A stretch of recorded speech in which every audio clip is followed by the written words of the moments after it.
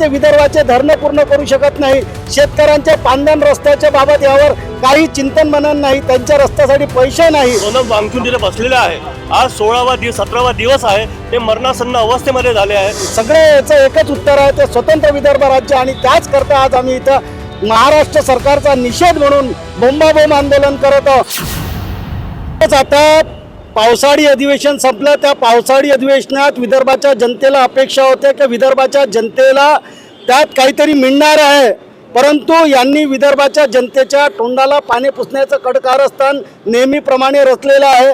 म्हणून विदर्भाच्या जनतेचा अपेक्षा भंग झाल्या आणि विदर्भाच्या जनतेचं एकच म्हणणं आहे की स्वतंत्र विदर्भ राज्यच करा, आम्हाला आता महाराष्ट्रात राहायचं नाही। कारण महाराष्ट्र राज्यावर आज 12,04,000 करोड रुपयाचं कर्ज आहे आणि अशा याच्यात ते विदर्भाचे धरणं पूर्ण करू शकत नाही। शेतकऱ्यांच्या पांदण रस्त्याच्या बाबत यावर काही चिंतन मनन नाही, त्यांच्या रस्त्यासाठी पैसे नाही।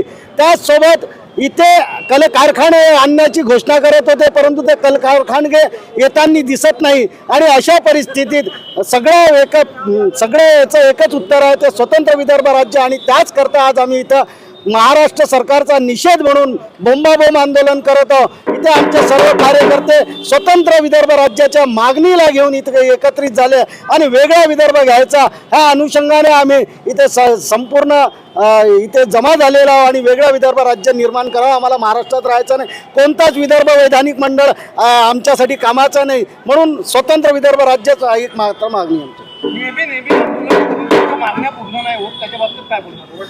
हे सरकार निगरगट्ट झालेली आहे, परंतु तुम्हाला माहीत असेल की या सरकारनेच वादा केला होता 1957च्या यांनी ठराव सुद्धा घेतला होता। मग खामगाव ते आमगाव अशी एक यात्रा सुद्धा काढण्यात आली होती।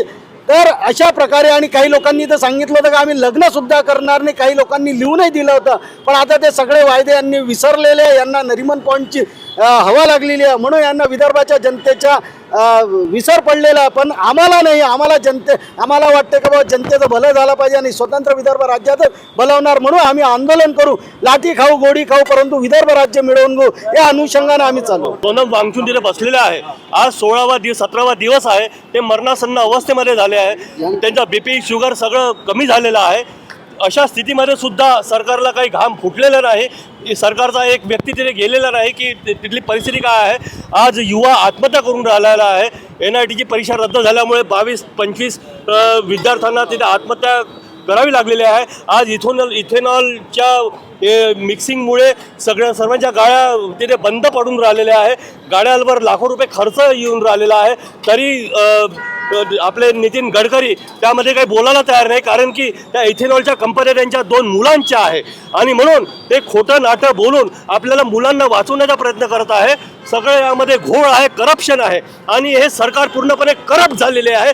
यांना जनतेच्या जीवाशी काही घेणे देणं नाही, जनतेच्या महागाईशी काही घेणे देणं नाही, जनता बेरोजगार आहे त्याच्याशी काही घेणे देणं नाही। यांना फक्त सत्तेत टिकून राहण्यासाठी EVM कशी हॅक करता येईल आणि EVM हॅक करून हे सत्तेत टिकून आहे।